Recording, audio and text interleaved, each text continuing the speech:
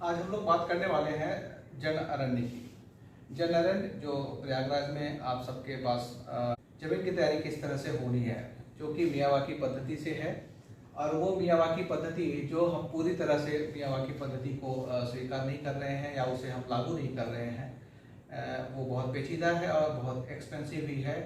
हम आंशिक मियावाकी पद्धति से जो जन अरण्य, जिसका हमने नाम दिया है जन अरण्य, जन अरण्य बनाने के लिए जो हमें जमीन, सबसे पहले तो हमें जमीन का चयन करना है कि जमीन कहाँ पर है। वो जमीन किसी भी तरह की हो सकती है, कैसी भी जमीन हो सकती है। फिर उस जमीन के सर्वे के बाद, जमीन की क्वालिटी निर्धारित करने के बाद कि जमीन की क्वालिटी कैसी है, उसमें हमें क्या कितना कैस मात्रा में डालना है, वो निर्धारित होता है। तो पहले तो जमीन खोजना, जमीन चिन्हित हो चुकी है, जमीन आ गई है। जमीन की साइज जो है, एक चीज और आप सबको ध्यान देना है कि अगर ABCD कोई भी जमीन का टुकड़ा है जो गाटा संख्या फला फला होता है, तो गाटा संख्या जो है वो बीघे, एकड़, हेक्टेयर में होता है, लेकिन हम उतना एक्वायर करते नहीं हैं। हम कि पर्टिकुलर किसी एक छोटे से एरिया में या पूरे के पूरे एरिया में हम प्लांटेशन करते हैं। तो जो गाटा संख्या या वो हम ले रहे हैं, तो हमें ये जरूर ध्यान रखना है कि जिस जमीन को हमने चयन किया है, उस जमीन का टोटल स्क्वायर मीटर, जिसे हम तार से या और किसी माध्यम से उसे सुरक्षा बेड़ा बना के तैयार करने वाले हैं, तो उसके अंदर की जमीन टोटल कितने स्क्वायर मीटर रहने वाली है, ये जरूर नापना है। उससे क्या है कि हमारे पौधे कितने लगने हैं वो हम पहले से व्यवस्था कर सकते हैं, और कितने एरिया में पौधा लगा गया और कितने पौधे लगे हैं, ये हमारे पास सुरक्षित डाटा रहता है। तो हमें स्क्वायर मीटर में उसे देख लेना है। जमीन आपकी कैसी भी हो सकती है, पूरा स्क्वायर शेप में हो सकती है या किसी भी तरह से आड़ा तिरछा, ऊपर नीचे, तिकोना, कोई भी आकार में हो सकता है। जिस भी आकार में जमीन है उसे आप उस समय या कभी भी सीधा करने की कोशिश में न रहें कि उसे हम स्क्वायर के हिसाब से बनाएं। जैसे है वैसे ही रहने दें। आप अपनी व्यवस्था के अनुसार उसे वेरिकेटिंग के लिए अपना व्यवस्था देख लें। शुरुआत में आपको एक तरफ से 1 से 1.5 मीटर आपको एक रास्ता देना है। सपोज करिए ये आपका प्लॉट है, तो यहाँ से यहाँ 1 से 1.5 मीटर आपको रास्ता ऊपर से नीचे दे देना है। इसके बाद यहाँ से यहाँ 10 से 12 मीटर, आप 10 मीटर भी ले सकते हैं, 12 मीटर भी ले सकते हैं। 10 से 12 मीटर नापने के बाद 1.5 मीटर का रास्ता ऊपर से नीचे फिर आप दे दें। 1.5 मीटर का रास्ता देने के बाद फिर आप 10 से 12 मीटर ले लें और फिर 1.5 मीटर का रास्ता दे दें। इधर की जमीन हो सकता है कि 5 मीटर बचे, 10 मीटर बचे, या 8 मीटर बचे, या 4 मीटर बचे, कुछ भी बच सकता है। तो उसको छोड़ना नहीं है कि ये तो 10 या 12 मीटर नहीं है, उसे भी लेना है। साथ के साथ 1.5 मीटर का रास्ता 1 से 1.5 मीटर किनारे छोड़ देना है। ये रास्ता आपको मेंटेनेंस के लिए, आने जाने के लिए, खाद या और कोई व्यवस्था देने के लिए, पौधे ले आने के लिए और पानी देने के लिए ये काम आता है अगले 3 साल तक, जब आप इसका मेंटेनेंस और देख रेख करते हैं। बीच का जो 10 से 12 मीटर की जगह आपने ली है, उसे आपको JCB या ऐसे किसी यंत्र से जो 2 से 2.5 फीट की गहराई तक उस मिट्टी को उलट पलट दे, खुदाई कर दे। इस बीच की पूरी मिट्टी को आपको 2 से 2.5 फीट की गहराई में उलट पलट करके छोड़ देना है। सेम सारे ब्लॉक में जो 10 से 12 मीटर के आपने ब्लॉक लिया है, वो सभी को ऊपर से नीचे तक बराबर सही ढंग से उसे हमें 2 से 2.5 फीट की गहराई में उलट पलट करना है। फिर हमें उसमें वर्मी कंपोस्ट खाद, धान की भूसी और पुराना भूसा, ये 7 किलो वर्मी कंपोस्ट, 3 से 5 किलो धान की भूसी और भूसा इसी मात्रा में लेके पर स्क्वायर मीटर के हिसाब से वहाँ पे बराबर एक लेयर डाल के और फिर उस मिट्टी में मिक्स करके उस मिट्टी को हमें बराबर कर देना है। बराबर करते समय हमें ये ध्यान रखना है कि वो मिट्टी कंप्रेस ना हो। 2 से 2.5 फीट की गहराई में जो हमने उसे उलट पलट करके एक भुरभुरा और स्पंजी रूप दिया है, तो वो कोशिश करिए कि वो ज़्यादा से ज़्यादा उस रूप में रहे। उसका फायदा हमें ये मिलता है कि जब हम पौधे रोपते हैं तो नीचे 2.5 फीट की गहराई तक मिट्टी भुरभुरी और ढीली होती है, तो जितनी तेजी से जड़ आपका नीचे जाता है उतनी तेजी से आपका पौधा ऊपर निकलता है। और पूरी गहराई में पानी बहुत आसानी से जाता है बारिश का या सिंचाई का, तो पौधे को जितना भी जो भी ज़रूरत है वो सब बहुत आसानी से ले पाता है। तो इस चीज़ का हमें ध्यान रखना है कि वो किसी भी तरह से अनावश्यक न कोई मशीन जाए न लोग वहाँ पे चले कि वो कंप्रेस हो। कोशिश ये रहे ज़मीन बराबर करने के बाद सेम सारे पैटर्न पे पूरी ज़मीन की जितनी खुदाई हुई है उसमें हमें ये मिक्स कर देना है। एक सवाल और अक्सर आता है कि बंजर ज़मीन बहुत ऐसी होती है जहाँ पे बिल्कुल कांस होता है, ऊसर ज़मीन होती है। ऊसर ज़मीन और इस तरह से कोई ज़मीन अगर है तो सेम पैटर्न पे तैयारी उसकी भी करें। उस जगह पे जहाँ पे खुदाई होनी है और पौधे लगने हैं उस जगह पर हमें वर्मी कंपोस्ट खाद की मात्रा जितना ज़्यादा से ज़्यादा आप डाल सकें उतना बेहतर होता है। तो वहाँ पे ज़मीन की क्वालिटी और आपकी उपलब्धता के आधार पर 3 से 4 गुना खाद अगर आप डालेंगे तो आप सामान्य ज़मीन का लाभ वहाँ पर ले पाएंगे। साथ के साथ जीवामृत की विधि हम सब ने पहले भी जानी है, कुछ लोगों ने शायद बनाया हो लेकिन मेरे संज्ञान में नहीं है। ट्रेनिंग सबको दी गई थी, बताया सबको गया था, उसका PDF भी सबको शेयर किया गया था। जीवामृत सब जानते भी हैं, यूट्यूब पे भी देख सकते हैं, बहुत सारा तरीका उसमें जीवामृत बनाने का पड़ा है, लेकिन अभी बात हो रही है तो हम उसको क्लियर कर देते हैं। जीवामृत बनाने के लिए आपको एक 200 लीटर का ड्रम लेना है, उसमें 50 लीटर पानी आपको डाल देना है। 10 किलो गाय का गोबर या भैंस का गोबर, जिस भी जानवर का गोबर आपने डाला है उसी जानवर का आप 10 लीटर मूत्र भी डालें। गोमूत्र या गाय भैंस जो भी है उसका आप डालें, कोशिश करें कि गाय का हो तो ज़्यादा बेहतर है। इसके बाद आपको 1 किलो बरगद या पीपल के जड़ के नीचे की 1 किलो मिट्टी, 1 किलो दीमक लगा हुआ जो टीला होता है जहाँ पे दीमक होता है, विमड़ौर बोलते हैं उसको, तो वहाँ की 1 किलो मिट्टी, 1 किलो पुराने चना और उसका बेसन अगर घर में पड़ा है कहीं तो वो 1 किलो बेसन और 1 किलो पुराना गुड़, ये उसमें डालकर एक लकड़ी से उसको मिक्स कर दें और एक सूती कपड़े से, मोटे कपड़े से उसको छाया में उस ड्रम को रखें जहाँ पे तेज धूप न लगे, सामान्य छाया में उसे रखें और रोज उसे 2 से 3 बार लकड़ी से चला दें, घुमाते रहें।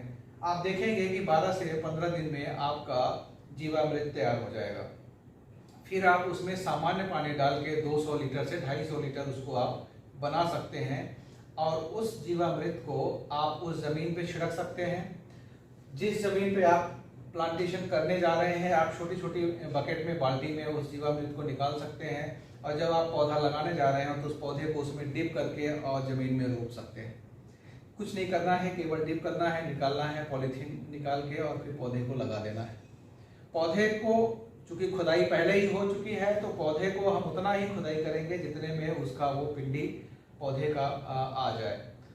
एक खुरपी के माध्यम से उतना ही गड्ढा करेंगे और उस पौधे को वहाँ पे हम रोप देंगे और मिट्टी लगा के थोड़ा सा कंप्रेस कर देंगे हाथ से। इस तरह से, इस तरीके से आपको पौधा पूरी लगा देना है। पौधा लगाते समय हमें ये ध्यान देना है कि 1 स्क्वायर मीटर, ये आपका अगर हमने उसको नाप लिया है पर स्क्वायर मीटर ज़मीन को, एक रस्सी के माध्यम से हमने चूना डालना है। 1 मीटर के दूरी पर हमें पूरा एक रेखा बना लेना है, पूरा स्क्वायर बना लेना है। स्क्वायर बनाने के बाद ये सपोज करिए कि आपका ये बोर्ड जो है 1 स्क्वायर मीटर है, हमें इसमें 3 पौधे लगाने हैं। एक पौधा हम यहाँ लगाएंगे, एक पौधा हम यहाँ लगाएंगे और एक पौधा हम यहाँ नीचे लगाएंगे। सेम इसी बोर्ड को हम ऊपर उठा लेते हैं सपोज के तौर पे और नीचे इसी ब्लॉक, इसी तरह का एक ब्लॉक फिर आ गया। फिर हमने एक पेड़ यहाँ लगाया, एक पेड़ यहाँ लगाया और एक पेड़ यहाँ लगाया। जैसे हम चूंकि लिखते हैं मैथ में तो उसी तरह से हमें ऐसे, ऐसे और ऐसे, इस तरह से हमें पेड़ लगाते जाना है। तो ये एक बराबर सीक्वेंस में दिखेगा। पौधों की प्रजाति लगभग 45 से 50 तरह की प्रजातियां हमने शेयर करी हैं जो हमारे स्वदेशी नेटिव प्लांट्स कहलाते हैं। उन नेटिव प्लांट्स में हमें कोशिश करना है कि 15 से 25 तरह की प्रजातियां हमें मिले। उन प्रजातियों को हम, ये आपका प्लॉट, सपोज करिए आपका ये प्लॉट है, तो अगर हमें इसमें 10,000 पेड़ लगाने हैं और 10,000 पौधे हमने ला लिया है, 12 से 15-25 तरह की प्रजातियां जो कि नेटिव स्वदेशी प्रजातियां हैं, उनको हम अपने दिमाग में और वैसे बराबर मात्रा में हमें वो सारे पौधे एक जैसे दिखें। ऐसा ना हो कि हमने एक तरफ से पीपल लगा दिया, एक तरफ से बरगद लगा दिया, तुलसी लगा दिया और बड़ लगा दिया, अमरूद लगा दिया, आम लगा दिया, पीपल लगा दिया, कुछ भी। सारे पौधों को ऐसे आप लगाएं कि सारे पौधे बराबर मात्रा में हर जगह दिखें, जिससे कि जो कनोपी वाले पौधे हैं वो ऊपर निकल जाए, उससे जो छोटा है उसके बगल में हो, उससे जो छोटा है और उसके बगल में हो, जो सबसे छोटा है उसके बगल में हो, फिर उसके आगे एक और बड़ा पौधा निकल के आगे बड़ा रूप लेगा वो हो, फिर उससे थोड़ा सा छोटा वाला बगल में हो, फिर उससे छोटा वाला छोटा बगल में हो। इस तरह से ऐसे ऐसे सीक्वेंस में पौधे लगते जाएं और उसके बगल में थोड़ी दूर पर एक ऐसा पौधा हो जो खूब बड़ा कैनोपी और छायादार फलदार वृक्ष हो। तो ऐसे हमें करके इसे तैयार करना है। इस तरह से जब ये, जिस दिन ये जंगल तैयार होगा तो वो पूरा एक सुंदर सा भरा भरा एकदम निखर के, खिल के, मुस्कुराता हुआ, खिलखिलाता हुआ आपको दिखेगा, जो कि बराबर एक सिमिलरिटी लिए हुए आगे बढ़ेगा। ग्रुप में पौधे लगाने से, इस तरह से पौधे लगाने से पौधे आपस में प्रतिस्पर्धा भी होती है। जैसे कहते हैं कि पौधे, आपने जुलाई में, अगस्त में अगर पौधे लगेगा, अगर आपने सही तरीका अख्तियार किया है तो वो 6 महीने में आपकी हाइट से ऊपर निकल जाता है। कोई भी देखेगा 6 महीने बाद तो वो कहेगा कि ये केवल 6 महीने पहले का पेड़ नहीं है, ये तो कम से कम 2.5 से 3 साल का पौधा लगाया हुआ ये जगह है। ऐसा आपने देखा है गंगा पार, यमुना पार में, खासतौर पर यमुना पार में कई जगह ये देखने को मिला है। गाढ़ाकटा से लेके मांडा ब्लॉक, राजापुर में भी एक है, कच्छना में है और उर्वा में कई जगह पे है ऐसा, जो काफ़ी अच्छा ग्रो किया है, जिसने तरीके से सिस्टम को फॉलो किया है। बाकी आप सब जागरूक हैं, गूगल से भी देख लेंगे, जान लेंगे। एक छोटी सी जानकारी, लगभग 1-2 मिनट लगेगा, मैं शेयर करना चाहूँगा।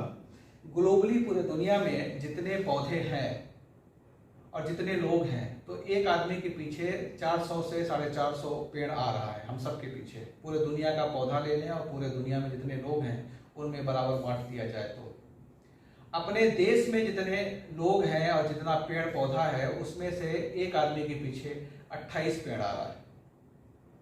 कहाँ 450 से के करीब, कहाँ 28।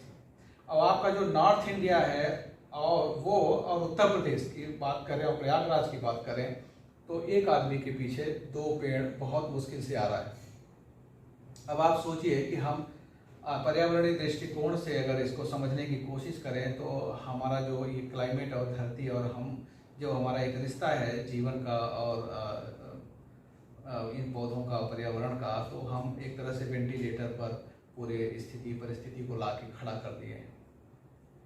हर साल आप देख रहे होंगे कि बारिश का जो समय है, पहले जुलाई, मई, जून, 15 जून, 14 जून से शुरू हो जाता था, इसलिए 5 जुलाई को भी खूब वृक्ष लगते थे और एक उत्सव होता था और जुलाई में अच्छी बारिश होती थी। लेकिन मैं देख रहा हूँ पिछले 3 साल से कि अगस्त लास्ट में या सितंबर फर्स्ट वीक में बारिश होती है। 5 जून को भी जो पौधे लगते हैं या इधर जो पौधे लगते हैं वो कोई बचता भी नहीं, इसलिए कि धरती इतनी तप रही होती है, आग उगल रही होती है, हमारे पास पानी भी नहीं होता, छाया भी नहीं होती और 2 दिन भी वो पौधे टिकते नहीं हैं। आप सुबह लगाएंगे, शाम तक वो पौधे मुरझा के झुलस जाते हैं। तो ये इतना बड़ा अंतर देखने को मिल रहा है। आपका ग्राउंड वाटर नीचे जा रहा है, आपकी नदियाँ प्रदूषित हैं, आपकी मिट्टी प्रदूषित है, आपका हवा प्रदूषित है। दुनिया में सबसे ज़्यादा प्रदूषण इंडिया में गंगा बेल्ट का जो ये मैदानी इलाका है, आपका हरिद्वार से नीचे आप चले जाइए गंगा सागर तक, छोटा सा आपको ग्रीन पैच मिलेगा, सुंदरवन का और झारखंड का एक छोटा सा छू जाता है। सैटेलाइट इमेज आप गूगल से देखेंगे तो ग्रीन कवर एरिया इसमें बिल्कुल वाइट दिखता है। ये एयर पोल्यूशन भी सबसे ज़्यादा इसी बेल्ट में है पूरे दुनिया में, और वाइट भी है ये पूरा क्षेत्र, ग्रीन कवर एरिया न के बराबर है। इसीलिए हमारे और आपके बीच में केवल 2 से 2.5 पेड़ बहुत मुश्किल से आ रहा है। इस चीज़ को हमें कम करना है और पौधे बढ़ाने हैं, ज़्यादा करने हैं। पौधे रहेंगे, ढेर सारे ग्रीन कवर एरिया आपके यहाँ का, आपके इलाके का रहेगा, तो उसकी वजह से बादल आकर्षित होते हैं, बारिश होती है, शानदार फसल होती है, आपका ग्राउंड वाटर आता है, आपके कुएं, नदी, तालाब, बोर में पानी रहता है और आपका ज़िंदगी एक शानदार खुशहाल होता है। ये बात केवल कहने के लिए नहीं है, ये बात आप सब ने करके भी दिखाया है। वो बात अलग है कि हमने प्रयास किया, जिला प्रशासन ने प्रयास किया और हम सब ने मिल के एक पहल की और उसका रिजल्ट हम लोगों ने देखा है। पिछले 3 साल में जिस तरह से 28 से 30 लाख पौधे लगे और आज की डेट में कई जगह 100% है, कई जगह 70% से पौधे ज़्यादा बचे हुए हैं। वो ये प्रमाणित कर दिया है आप लोगों ने कि इस तरह की स्थिति परिस्थिति आप पैदा कर सकते हैं और एक बंजर और वीरान जगह को आप हरा भरा करके खुशहाल बना सकते हैं। तो ऐसा नहीं है कि बहुत बड़ा चैलेंज है, ये आपके बिल्कुल बाएं हाथ का खेल है। बस आपके मन में, जहन में ये चीज़ आनी चाहिए कि हमें ये करना है। तो इस तरह से आपको लैंड प्रिपेयर कर लेना है। लैंड प्रिपेयर करके आपको ये फिर इसकी बैरिकेडिंग करनी है। आपके अपने पूरे ज़मीन की जिस पे पौधे लगे हैं उसकी बैरिकेडिंग होनी है। बैरिकेडिंग की व्यवस्था ऐसी सुदृढ़ होनी चाहिए कि वो कम से कम 3 साल तो चले ही, और 3 साल के लिए एक वन सेवक होना चाहिए उस मिनी फॉरेस्ट की देखरेख के लिए। वन सेवक ऐसे परिवार से होना चाहिए आपके गांव ग्राम पंचायत का जिस परिवार को सच में रोजगार की ज़रूरत है। ऐसे परिवार का आप चयन कर लें, 2-4 परिवारों का चयन कर लें और 30 दिन 90 दिन जो आपका सिस्टम में जो प्रावधान है उस प्रावधान के तहत उस परिवार को आप वहाँ पे रोजगार दीजिए, जो पौधों को प्यार कर सके, पर्यावरण को थोड़ा सा समझता हो और पौधों से लगाव हो, उनकी देखरेख कर सके, समस्याओं को समझ सके और आपको बता सके और वहाँ पे चीज़ों को सुलझा सके। ऐसे व्यक्ति का आप चयन कर लें और उनको उस रोजगार देके वन सेवक नियुक्त कर लें। ये पूरा कंप्लीट करने के साथ साथ इन्हीं चीज़ों के सिमिलर आपको पानी की व्यवस्था इंश्योर करनी है। आप अगर वहाँ कहीं आसपास किसी के पास बोर है तो उससे आप बात करके वो व्यवस्था बना लें कि आपको पानी हर हालत में मिले। आप अपना खुद का पानी की व्यवस्था वहाँ पे कर सकते हैं सिस्टम के माध्यम से। पानी हर हाल में होना चाहिए। अगर पानी नहीं है तो फिर ये सारी व्यवस्था, ये सारे खर्चे बेकार हो जाएंगे। मौसम का हाल आप देख रहे हैं, कभी भी बरसात के समय में भी हो सकता है कि 15 दिन 20 दिन 1 महीने पानी अचानक ही निकल जाए और फिर पानी ना, बारिश ना हो। तो आपने ये जितनी मेहनत करी है ये सब पे पानी फिर जाएगा, इसलिए कि हर हफ्ते 10 दिन में आपको पानी देना ही पड़ेगा। और आपके पास अगर पानी की व्यवस्था नहीं है तो ये आपकी व्यवस्था और ये पौधे सूख जाएंगे। तो पानी की व्यवस्था, चौकीदार जो वन सेवक है, सुरक्षा बेड़ा, मिट्टी की तैयारी वर्मी कंपोस्ट और धान की भूसी, ये जो सारी व्यवस्था है उसको कंप्लीट करते हुए हर हाल में करना है। इतनी चीज़ें करने के साथ साथ अगर आप इस पर निगरानी रखेंगे तो ये आपका मिनी फॉरेस्ट जन अरण्य लगाने के 3 से 4-6 महीने में वो ऐसा दिखेगा कि लगेगा कि जैसे 3 साल का है। इस विधि से आप मिनी फॉरेस्ट और जन अरण्य बनाएंगे तो 10 साल बाद वो जगह ऐसी हो जाएगी जैसे आपका 100 साल का जंगल, पुराना जंगलों में आप देखते हैं वहाँ की जो आबो हवा, वहाँ की बायोडाइवर्सिटी का जो जलवा और एक दृश्य होता है वो आप 10 साल में क्रिएट कर सकते हैं इस पैटर्न पर। तो ये तरीका है इसको करने का। और जीवामृत की बात हमने कर ही ली। किसी तरह का कोई भी सवाल आपके मन में, आपके जहन में आता है तो आप कभी भी हमें किसी भी समय फ़ोन कर सकते हैं और अपना सुझाव दे सकते हैं, अपने सवाल कर सकते हैं। हमसे सुझाव ज़रूरत पड़ने पे आप हमसे ले सकते हैं। बस ये सारी चीज़ें हम फॉलो करते रहें। ज़मीन तैयार करते समय हम अभी जो ज़मीन तैयार करने वाले हैं या कर रहे हैं तो उसकी फ़ोटो और वीडियो ग्रुप में, पर्सनली, हर तरह से वो आप डालते रहें। कल को जब ये आपका मिनी फॉरेस्ट तैयार हो जाएगा तो आपके पास बताने के लिए और दिखाने के लिए भी होना चाहिए कि आपने किस तरह की बंजर और बेकार सी ज़मीन पे आपने ये शानदार स्वर्ग तैयार किया है। हरा भरा लहलहाता हुआ पर्यावरणीय दृष्टिकोण से एक शानदार एक उदाहरण। तो उसको दिखाने के लिए और आपको अपनी प्रोग्रेस बताने के लिए कि अगर काम हो रहा है तो वो किस तरीके से हो रहा है, अगर कहीं कोई गलती हो रही है तो वो हम एक्सप्रेस कर पाएँ, आप कर पाएँ और हम आपको सजेस्ट कर पाएँ कि ऐसा नहीं, आप ऐसा कर दीजिए, ये कर दीजिए, वो कर दीजिए।